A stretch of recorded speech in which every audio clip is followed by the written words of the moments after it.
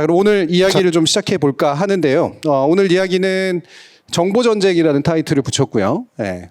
그리고 이후로도 정보전쟁 내지 언어전쟁 같은 그런 컨셉으로 여러분들과 함께 할 수 있는 여러 가지 기회들을 좀 마련할 생각입니다. 오늘 같은 경우에는 일부러 좀 큰 자리를 만들어서 평상시에 이렇게 돈도 없고 시간도 없는 분들 그래도 조금이라도 이 자리에 모일 수 있는 좀 기회를 가능한 만들어 보자라는 생각으로 했고요. 예, 평상시에는 저희 헥시칼리지 마포에 있는 캠퍼스에서 이제 진행을 하긴 합니다만 그런 기회들을 또 여러분들도 많이 좀 이용해서 함께 볼 수 있는 그런 시간들이 있었으면 좋겠고요. 가능하면 또 주기적으로 여러분들이 이제 예를 들면 금전적인 장벽이라든가 시간적 장벽을 좀 덜 느낄 수 있는 좀 더 젊은 분들도 그리고 백수인 분들도 함께 편하게 함께 할 수 있는 그런 자리를 만들어 보려고 많이 노력하겠습니다. 오늘은 그 첫 순서라고 생각해 주시면 좋을 것 같고요. 자, 그러면 본격적인 이야기를 나누게 될 텐데 이 책 진실은 어떻게 누가 어떻게 전복하려고 하는가 라는 책의 원래 제목은 이제 On Disinformation이라고 하는 그런 제목을 달고 있습니다. 그러니까 역정보에 관하여라고 하는 그런 책이라고 볼 수가 있는데 이게 제가 여러 차례 이제 해제를 달았던 철학자의 책이기도 한데요. 그렇게 어려운 책은 아닙니다. 읽어보신 분들은 알겠지만 굉장히 전략적이고 현실적이고 실천적인 문제의식을 담고 있는 그런 책인데 이게 이제 한국의 맥락하고 유사한 면도 있고 또 그렇지 않은 면도 있고 해서 우리 사회에 맞춰가지고 좀 이해하고 논의할 필요가 있다라는 문제의식을 갖고 있습니다. 여러분들이 흔히 아시는 가장 많이 쓰이는 이 분야의 역정보 내지 뭔가 우리를 혼란스럽게 만드는 그런 식의 정보를 흔히 뭐라고 하죠? 제가 이렇게 물어보면 다들 긴장하시더라고요. 근데 흔히 쓰는 말 있지 않습니까? 네, 트럼프가 쓰기 시작했고 많은 정치인들이 쓰고 있는 가짜 뉴스. 그렇죠? 네, 영어로는 페이크 뉴스라고 얘기하는. 근데 이 페이크 뉴스라는 말을 트럼프가 2016년에 쓰기 시작했다라는 걸 아세요? 이 책에도 이제 제가 일부 얘기를 해놨습니다만. 그리고 그 가짜 뉴스라고 비판받는 대상이 누구였냐면 뉴욕타임즈, 워싱턴 포스트 같은 데들이었습니다. 다시 말하면 전 세계적으로 가장 유명하고 공신력이 있다라고 알려진 신문사나 언론사를 대상으로 가짜 뉴스의 유발자다라고 트럼프가 이제 과감히 얘기한 거예요. 그 의도가 뭔지가 이제 바로 그 용어 속에서 이제 나타나 있는 거죠. 그 뒤로 이제 가짜 뉴스라는 말이 어떻게든 되게 많이 쓰이게 됐는데 쓰이는 맥락을 보시면 굉장히 의도적으로 다시 말하면 진실과 거짓의 기준을 가지지 않은 채 기분 나쁘면 가짜 뉴스라는 말을 이제 쓰고 있다라는 것 많이들 보시게 될 겁니다. 그런데 저희 학자들은 가짜 뉴스라는 말을 별로 좋아하지 않고요. 명확한 정의가 잘 안 되는 그런 말이기 때문에 그래서 이제 많이 합의된 용어가 바로 이 역정보, 디스인포메이션이라고 하는 이제 그런 용어입니다. 이 용어에 관련해서 좀 이야기를 좀 나눠볼 텐데요. 우리 황희두 씨가 이 책에 나름대로 주목해서 이런 걸 가지고 좀 막 했으면 좋겠다라는 얘기를 좀 많이 했었잖아요. 그리고 가끔 약간 성경책 읽고 감화받은 사람 얼굴 뭐 이런 모습들이 좀 나왔었어요. 네. 근데 뭐가 이렇게 꽂히셨습니까? 여기 지금 책 다 갖고 계시죠? 아직 못 읽으신 분들 위해서 이렇게 제가 몇 개 오늘 같이 얘기해 보면 좋겠다 싶은 거 그냥 말씀드리려고 하는데 그게 좋을 것 같아서요. 16페이지를 보면 이제 진실이 이념에 종속되고 감정이 증거보다 중시되며 민주주의가 벼랑 끝으로 내몰린다. 그러면서 이제 역정보에 대한 공작에 대한 내용이 나오고 이제 17페이지 중간 쪽에 보시면 진실을 말하는 자를 공격해라. 무슨 화제든 거짓말로 둘러대라. 역정보를 꾸며내라. 불신과 양극화를 조장해라. 등등등 요 내용이 나오잖아요. 그러니까 이거를 보면서 이제 미국 사례로 시작을 하는데 뒷부분에 이제 해석까지 보시면 정준희 교수님이 한국의 사례로 또 이제 역사와 관련해서 또 얘기를 해주시거든요. 근데 저는 이거를 보면서 아까 제가 제 90년대생의 정치지라는 책에서 썼던 게 이명박이라는 사람을 내가 왜 그렇게 찬양했을까? 이준석이라는 사람을 왜 그렇게 좋아했을까? 이 생각을 해봤을 때 딱 요 내용들이랑 되게 맞닿는 지점들이 많더라고요. 저는 이제 물론 이 게임 커뮤니티 사이트랑 인터넷 방송 문화 이게 또 주축을 이루긴 했는데 어쨌든 이런 내용들을 저도 한때 믿었었고 온라인 세상 속에서 24시간 동안 살다 보니까 처음으로 그거에 균열을 갖게 된 게 2016년, 17년 탄핵 국면 때였어요. 그 전까지는 어떠한 얘기를 보더라도 저도 이제 민주당 하면은 뭔가 중국, 북한, 공산화 이런 키워드를 저도 믿었던 사람이었고 제 주위에 있는 대부분의 게이머들이나 친구들도 그걸 같이 공유를 하고 막 몇만 명이 그 방송을 할 때 거기서 다 맞다 하니까 이걸 오히려 막 반대하는 사람들이 왜 그러지? 라는 생각을 했었던 이제 그 경험을 가졌던 사람으로서 이 심각성을 얘기하는데 정작 이제 정치권에서는 이 문제의식을 생각보다 이렇게 가지지 않는 느낌이더라고요. 그러다 보니까 이 책을 봤을 때 어떻게 보면 그동안의 경험도 떠올랐고 어떻게 하면 좀 더 체계적으로 당내에 좀 얘기를 할 수 있을까 뭐 이런 생각이 좀 들어서 그래서 되게 반가웠습니다. 네, 그러니까 뭐 아주 짧게 말하면 내가 이것 때문에 혹했었구나 이런 이유로 그리고 그러니까 문제의 심각성을 훨씬 더 잘 이해하고 있는데 정작 문제의 심각성을 이해할 사람들은 제대로 이해하지 않고 있더라. 그런데 황희두가 얘기하면 잘 안 믿더라. 이게 핵심입니다. 예. 유명한 사람 얘기 좀 가지고 가야 좀 이들이 좀 설득이 되겠구나. 예. 그러니까 뭔가 체계적이고 뭔가 제대로 된 설명을 제공할 수 있는 수단을 가지고 이 문제를 좀 공론화해야겠다라는 문제의식에 다다른 것 아닌가. 네네. 예. 실제로 저 예전에 그거 보신 분들 계실지 모르겠지만 1배에 나오는 내용들 있잖아요. 그럼 보통 이제 1배에서 나온 내용을 물론 이제 십수년 전 1배보다 지금 이제 이미지가 더 안 좋잖아요. 그러면 1배에 나온 A라는 내용이 있을 때 그거는 사람들이 안 믿지만 그걸 이제 하버드 램지어 교수라고 좀 유명한 그 미친놈이 있거든요. 예. 근데 그 하버드 교수 논문에 들어가 있다 그러면 그때부터 권위가 확 달라지듯이 뭐 제가 이제 1배라는 건 아니지만 어쨌든 제가 얘기하는 것보다 이런 리 맥킨타이어, 정준희 교수님 이런 분들의 좀 권위를 빌려서 여기저기 얘기를 하니까 훨씬 차이가 나더라고요. 예. 우리 김동 작가는 개인적으로 원래부터도 이제 이와 같은 유의 그 행위한 현상에 대해서 관심이 좀 많았었는데 굳이 뭐 이 책에 근거해서 얘기하실 필요까지는 없지만 주목하고 있는 그 현상의 특징이랄까? 그거를 역정보라고 하는 개념으로 표현하는 게 어떤 의미가 있는 걸까? 고민하신 부분이 있으실 것 같아요. 제가 아마 황희두 이사님이랑 동갑인 걸로 아는데 저는 이명박 극혐했고요. 그 이준석도 처음 볼 때부터 이런 재수없는 놈이 다 있나 싶었고 그랬는데 저는 제 친구들을 보면서 좀 문제의식을 많이 가져왔었습니다. 그러니까 동년배 친구들이 예, 친구들이 말하자면 이제 황희두 씨 같은 스타일도 그런 경우도 있었고 그거 보면서 그 친구들 연구하면서 급진 20대를 쓴 것도 있고요. 평소에 뭘 보길래 저럴까? 뭐 이런 것들 가지고 이제 관심을 좀 많이 가졌었는데, 그러니까 그 요즘 특히 제가 느끼기로는 한 2018년에서 20년을 지나면서 더 심각해진 것 같다라는 생각이 심각해진 것 있습니다. 같다. 제 예. 친구들이 옛날에는 안 그랬는데 멀쩡하던 애들이 요즘 왜 이럴까? 좀 멀쩡했었어요, 그래도. 네. 나름 어쨌습니다. 그 정치 성향 빼고는. 그러니까 이렇게 중증은 아니고 그냥 약간의 미열 정도였었는데. 그러니까 옛날 같았으면 그냥 뭐 아는 게 없어서 이명박을 좋아하겠거니 아는 게 없어서 박근혜 뽑았겠거니 뭐 이런 생각으로 일단은 너그럽게 여기고 넘어갈 수 있었던 뭐 그런 분위기였는데 지금은 뭔가 이야기를 하려고 해도 어디서부터 시작해야 될지 숨이 턱 막히는 그런 그 순간이 항상 좀 많았어요. 예, 예. 그러니까 그 여기서 책에서 이제 보자면은 그 이 책이 일단은 그 디스인포메이션이라는 거 아닙니까? 그 요 말에 좀 제가 주목을 좀 해봤는데 예. 디스라는 말이 약간의 그 뭔가를 해체한다 아니면 네. 뭔가 단절시킨다라는 뜻이 있잖아요. 정보를 해체하고 진실을 해체한다라는 뜻이 좀 담겨 있다라는 데 좀 착안을 했고요. 그래서 이 글쓴이도 이야기를 하는 게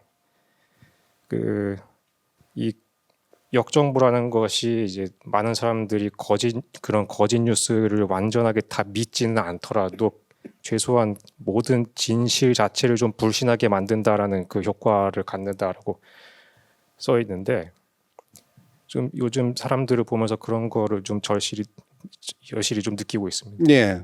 그러니까 두 가지 포인트인데 하나는 예전에는 그냥 뭐 좀 문제는 있어 보였으나 그냥 단순 무식 정도의 어떤 느낌 정도였다면 지금은 좀 확신범이 되어 있는 듯한 그런 모습인 거죠. 한편으로는. 알만한 애들이 그러니까 예, 이제 예. 안타까운 거죠. 그러니까 도대체 이렇게 단단해진 이 태도, 그러니까 몇 년에 걸쳐서 아마 누적된 건데 그게 어떻게 형성될 걸까? 그리고 이게 어떻게 공박될 수 있나? 단순히 사실이나 진실, 정보를 얘기해 준다고 이게 해체가 가능한 건가? 그렇죠? 예, 그런 절망감 같은 게 아마 많이 드신 것 같아요. 예, 그렇습니다. 뭐 항상 뭐 친구가 저한테 물어봐요. 이러한 뭐 민주당 관련한 혹은 뭐 이재명 관련한 마타도어가 있으면 이게 저한테 이제 이게 사실이냐 물어볼 때가 있어요. 예. 일단 그것만 해도 정말 다행인 수준인 거죠. 물어본다라는 것 그나마, 네. 자체가 일단 알려지면 뭐 그렇다 치지만은 그걸 사실을 정정해봐야 이미 그 사람한테 그 이재명 혹은 민주당에 씌워진 어떤 오명이든 낙인이든 이런 거를 지워내는 거는 불가능에 가깝다라고 그런 상황입니다. 예. 그리고 또 한 가지 디스라고 하는 말, 이게 뭐지, 이 책에도 이제 어느 정도 설명돼 있고 제가 해제도 많이 달아놨습니다만, 그러니까 일반적으로 정보라고 불리우는 건 여러분들이 생각하시기에는 그냥 딱 확인된, 그래서 누구나 그 자체를 그냥 받아들이면 되는 무언가라고 생각하는데, 사실 정보라고 하는 거는 의외로 굉장히 주관적이어서 나한테 의미 있게 다가오는 무언가란 말이에요. 근데 그 의미 있게 다가오는 무언가가 이왕이면 참의 근거를 두고 있는, 사실적 정보의 근거를 두고 있는 건 모르는데, 그렇지 않고 그 안에 이제 감정이 더 씌워져 있거나 뭔가 다른 것들이 혼합되어 있거나 이제 그렇죠. 이게 정보라고 하는 게 원자분자처럼 그렇게 돼 있는 게 아니라서 막 딱 정확히 무엇으로 가를 수 없는 어떤 형태를 가지고 있거든요. 근데 그게 한편으로는 그냥 그 대략의 그냥 실수에 의해서는 뭐든 간에 허위를 그냥 담고 있는 그런 정보가 있고, 그 자체로는 거짓이라고 말할 수는 없는데 강한 감정이 담겨져 있는, 예를 들면 혐오라든가 조롱, 그렇죠? 그다음 분노, 증오 이런 것들. 뭐 이를테면 그냥 피부색이 검은 사람이라고 하는 게 아니라 깜둥이라고 말할 때 그건 굉장히 다른 감정이 이제 담겨져 있는 거잖아요. 근데 그런 것들 사이에 어딘가에 이제 이 디스인포메이션이라는 게 있는 거죠. 그러니까 거짓을 포함하고 있으면서 다는 거짓은 아니지만 강한 부정적 정서를 집어넣어서 결과적으로는 우리 김래용 작가님 말씀하시는 것처럼 진실이 중요하지 않다. 예. 내가 믿는 게 중요하다라고 생각하게 만드는 강한 어떤 전략적인 태도가 이제 그 안에 들어가 있다. 이런 거란 말이에요. 뭐 관련해서 이제 또 많이 접하신 그런 사례들이나 주목하고 있는 것들이 있으실 텐데. 글쎄 뭐 많이들 아시겠지만 이제 진실을 불신하게 된다라는 게 이제 거의 이제 모든 사안을 다 당파적으로 해서 네. 받아들이는 일이 팽배해졌잖아요. 뭐 미국 같으면 이를테면 코로나 때 마스크를 끼냐 안 끼냐에 따라서 당파성이 이제 결정이 된다라는 얘기죠. 마스크를 끼면 친민주고 마스크 싫어하면 친공화당. 네. 지금 상황이고. 민주당 계열이 좀 몇 명 계시네요. 한국에 대입해 보면은 그런 모든 객관적인 으로 보이는 모든 것들이 당파적으로 해석되는 사례는 이제 그 출발점은 제가 생각하기에는 그 바이든 날리면이었다고 생각하거든요.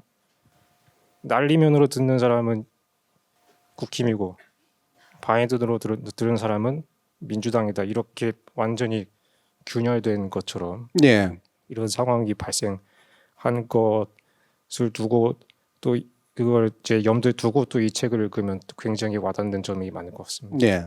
그러니까 진실이 뭔가가 중요한 게 아니라 어느 편인가가 중요하다. 그래서 편이 정해지면 편에 맞는 진실이 따로 있다. 그래서 서로 다른, 그래서 대안진실이라는 말이 나온 건데, 이 편에 따라서 진실이라고 하는 것들은 달리 구성될 수밖에 없다. 여기까지만 가도 그나마 난데, 예. 그런데 이게 검증 가능한 사실이거나 이럼에도 불구하고 검증 가능하다라는 사실 자체를 믿지 않는, 예, 그런 태도를 이제 만들어내는 거란 말이에요. 바이든 날리면 사건 같은 경우는 전형적으로 원래는 대충 그렇게 들었다가, 예, 입장이 갈리기 시작하니까 바이든으로 들으면 안 되는 상황들이 이제 만들어지는. 그래서 실제로도 보면 거의 그 당시 윤석열의 지지율에 비슷하게 바이든 날리면을 어떻게 들었느냐라고 하는 것을 슉 하고 이제 퍼센티지가 나뉘는 현상이 나타난단 말이죠. 예. 그런 거야 뭐 워낙 많이 보셨을 테니까. 네. 네네. 그래서 그런 그러니까 결국 요 내용도 나중에 쭉 보시면 이제 생산 쪽이 있고 그 중간에 이제 유통하는 쪽이 있고 신봉하는 쪽이 있고 이렇게 나누는데, 그런 차원에서 저는 72페이지 3페이지 이쪽도 한번 보시면 방금 이제 그걸 누군가가 생산 굉장히 교회 같아요.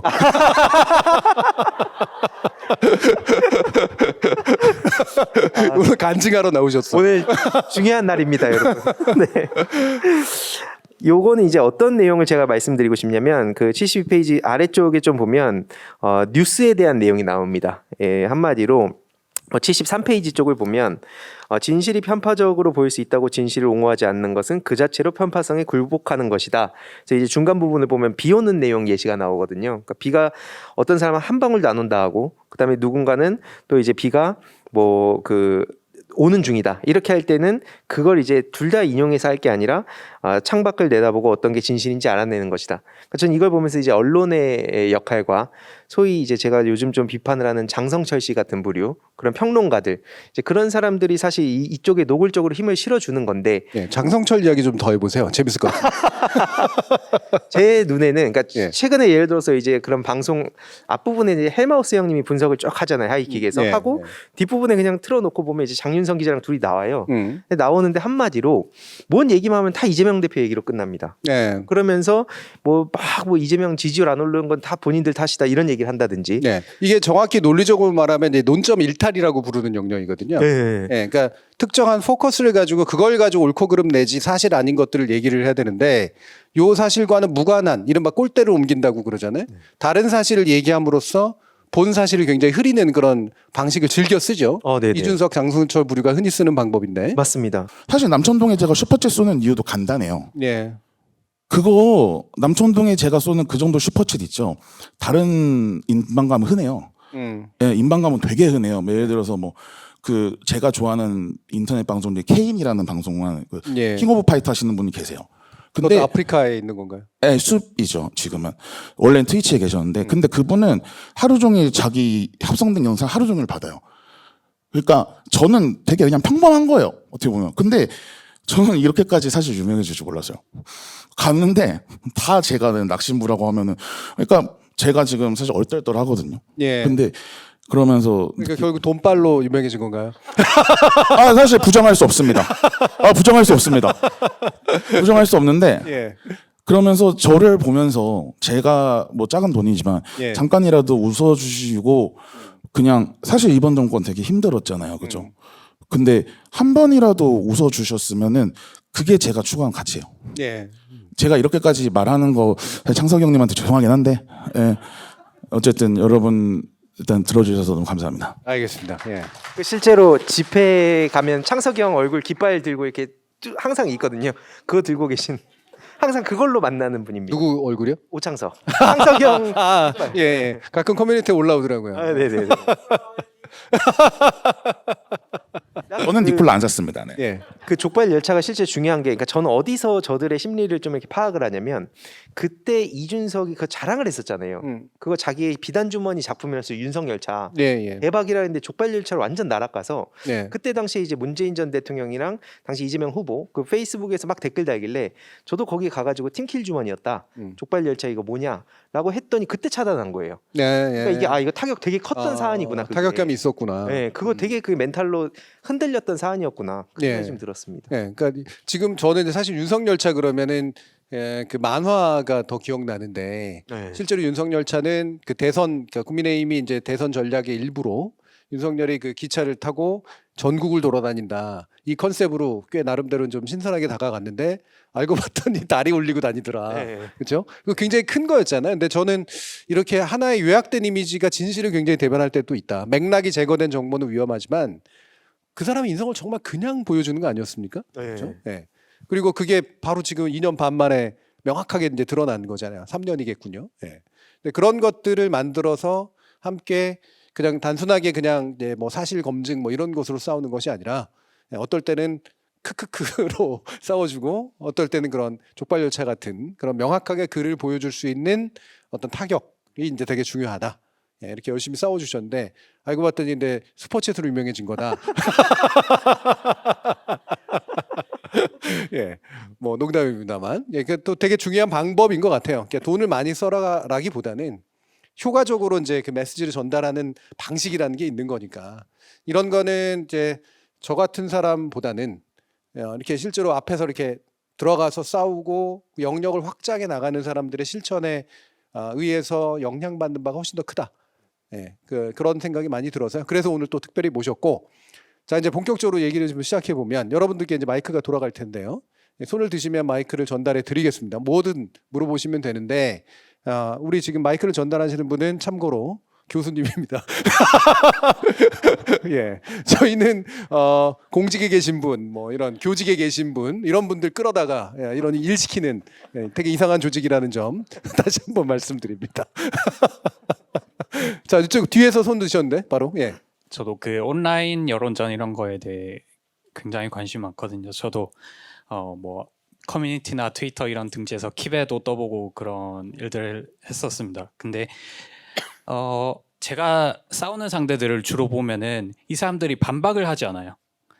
그 사람들이 뭐 이런저런 욕을 하면 제가 거기 반박하고 제가 다시 거기다가 너희들 이런 문제점인데 거기에 대해서 어떻게 생각하냐라고 하면은 그 사람들을 반박하지 않고 꼴대로 옮깁니다. 아까 했던 예. 끝없이 꼴대로 옮겨요. 음. 그러다 보면은 제가 하는 반박이 전혀 의미가 없는 상태가 되더라고요. 그래서 저도 생각해 보면 나도 이런 검은 방법을 쓰면은 좋지 않겠냐라는 생각이 들더라고요. 검은 방법. 네, 좀 사악한 방법이라고 할 수 있죠. 예. 그리고 이런 반박 저 친구들이 반박을 하지 않다 보니까 이 사람들의 반박 능력이 굉장히 떨어져 있어요. 얼마 전에 무슨 일이 있었냐면은 한덕수 선생님이 놈을 보고 누가 개자식이라고 했잖아요.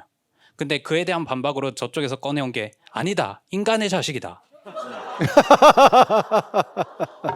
이런 굉장히 놀라운 사실을 또 알게 됐는데, 그래서 우리도 이런 좀 사악한 방법, 아까 김래원 선생님께서 담론 공세라고 하셨잖아요. 그래서 그런 사악한 방법들을 우리가 어느 정도 활용하면은 좋지 않겠냐라는 생각을 하게 됐습니다. 네. 그렇게 하는 게 결과가 좋지는 않을 것 같은데 결국 난장판을 만드자는 거니까요. 그래서 그런 부분에 대해서는 어떻게 생각하시는지 네. 궁금합니다. 지금 일단 옷도 검으세요. 여기가 전반적으로 검은데 이분도 잘 안 보이고 지금 말씀하시는 분도 잘 안 보이고 여기 또 검은색 마스크까지 했어. 검은색 좋아합니다. 우리 PD님 안 보입니다. 자, 이 사악한 방법 우리 이제 뭐 디지털 마로디에서도 종종 얘기하는 건데 약간 이제 문제적으로 일부러 띄우시는 측면들도 있어요. 일단 이분은 좀 이렇게 근본적으로 스스로 사악하신가요? 저는 약간 집착하면 사악해집니다. 아, 집착하면. 예. 그러니까 그런 스타일이에요. 저 이제 정해진 시간에 이거를 꼭 해야 되는 스타일이에요. 슈퍼챗 봐도 아시겠죠. 항상 일정에 대 터지죠. 예. 근데 그것도 혹시 어디죠? 딴지에서 무슨 가시나 뭐 이런 얘기 올리시는 분 아니죠? 그건 아닙니다. 자정만 되면 되게 이상한 말 올리시는 분 한 분 있거든요. 알 것 같습니다. 근데 아까 좀 말씀 좀 해도 될까요? 예. 사악한 거에 대해서 말씀하셔 주셨잖아요. 사악하다는 거에 정의를 다시 해야 될 것 같아요. 지금 왜 저희는 저들에 대해서 웃고 떠들면 사악하다는 얘기를 들어야 되죠? 저는 그렇게 여쭙고 싶거든요. 이게 페페 개구리 혹시 아시는 분 계실까요? 페페. 네, 페페 개구리에 대해서 잠깐 얘기를 드리고 싶은데 트럼프 지지자들의 캐릭터 생각하면은 저희가 개구리 캐릭터 있어요. 개구리 캐릭터를 지지자 상징해서 하면 이게 되게 재밌는 게 정작 그 작가는 반대 진영을 지지하고 반대 진영에서 썼으면 좋겠다고 해서 만든 거였어요. 그래서 결국 그 캐릭터는 그 작가가 죽었다라고 선언을 해버려요. 네. 근데 그런 걸 봤을 때 우리 밈화라고 하죠. 그런 거를 전문용어 밈화라고 하는데 제 개인적인 생각인 결국에는 제가 아무래도 행정학 전공하다 보니까 행정학을 하다 보니까 사회자본이라는 측면에서 말씀을 드리자면 웃고 떠드는 것만큼 강력한 사회자본은 잘 없습니다. 네. 즐거워야 된다. 네, 그 말씀을 꼭 드리고 싶어요. 네. 그러니까 우리가 예를 들어서 뭐 김건희가 또 이런 거든 뭐 예를 들어서 할 수 있는데, 그러니까 선 넘지 않는 선에서 웃고 떠들 수 있다면 그게 과연 사악한 방법인가라는 거에 제가 질문 한번 드리고 싶어요. 네, 알겠습니다. 네, 개구리 페페라고 이제 인터넷에 제일 유명한 밈이 있어요. 네. 그리고 그 많은 젊은 남성들이 또 많이 좋아하죠. 왜냐하면 그것이 가진 독특한 우울함이 있거든요. 예, 예, 좀 슬퍼 보이는 것도 있고. 근데 그 넷플릭스에 보면은 개구리 페페에 관련된 다큐멘터리가 있는데 그거 굉장히 잘 만들었습니다. 예, 여러분들 한번 보시면 그 밈의 역사에 대해서 그 밈이 어떻게 오염되어 갔는가 이 부분에 대해서 방금 말씀하신 부분 잘 아실 수 있을 텐데 중요한 건 굳이 사악이라고 정의하지 말고 예, 혐오에 이르지 않는 선에서 어떻게 하면 즐겁게 되게 재밌게 퍼져나가게 만들 수 있을 것인가 이런 자세로 한번 해보자. 네, 이런 거. 이쪽은 즐거운 쪽은 아닌 것 같은데.